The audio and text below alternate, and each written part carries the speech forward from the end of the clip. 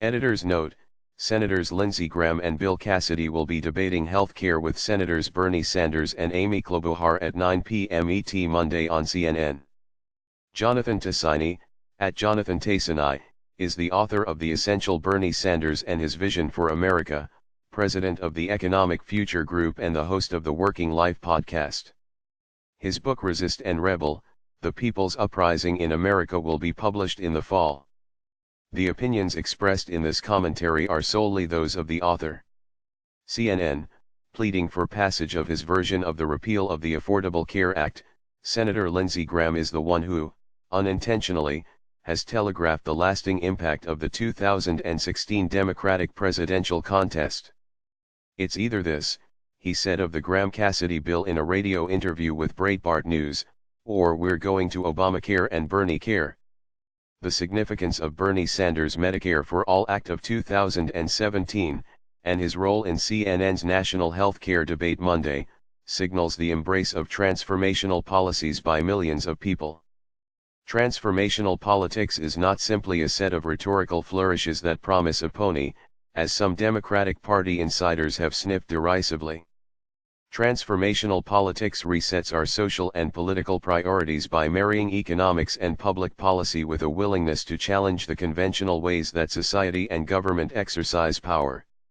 Nelson Mandela summed up transformative politics succinctly: "It always seems impossible until it's done." For example, I would have thought it impossible in July 2015, when Sanders' presidential campaign was registering in the low double digits in the polls, that 16 Democratic senators would stand with him 2 years later as he introduced a sweeping single-payer Medicare for All bill. Recent polling shows a majority of voters supporting Medicare for All, which expands coverage, compared with an overwhelming majority of voters opposed to Graham-Cassidy, which would take away health care for millions of people. Before 2016, Medicare for All was not central to the Democratic Party's agenda. True, Representative John Conyers had championed a single-payer bill in the House since 2003, but it was only supported by some members of the Progressive Caucus. When Sanders introduced his Senate version in 2013, he had not a single CO sponsor. Single-payer was considered a politically impossible idea. Fast forward to 2016, where Sanders' campaign had a singular characteristic: from the outset, it embraced transformational politics. Helping people envision things that can improve their lives, even when mainstream rhetoric tells them those big changes are impossible, works only when it syncs with people's beliefs, making them clearer than they were before. This has great value to our society because it can encourage people who gave up on politics and have forsaken civic engagement to re-engage. Once the mind is unshackled and encouraged to think beyond a small policy box, our circuitry can be rewired in other arenas. Free college tuition and rebuilding the infrastructure, for example, become obvious, affordable choices. On race, we can even consider the notion of reparations for slavery, an important issue heretofore chained to the fringes of considered debate. Over many months during the 2016 campaign, Sanders told people they had an inalienable right to cradle-to-grave affordable health care. Then he showed the math, juxtaposing the great efficiency of Medicare compared with the colossal waste of billions by the insurance industry. Finally, he put his finger on the corrupt political system blocking people from attaining such a right, and charted a path of action. The shift wrought by transformational politics is on parade in the amount of Democratic support for Sanders' bill.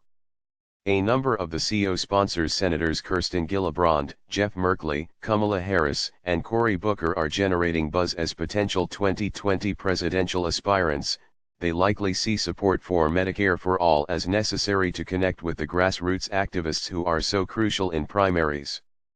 And over in the House, the Conyers bill now has more than 100 CO sponsors, a significant majority of the overall Democratic caucus. Transformational politics can even elicit a flicker from unexpected corners.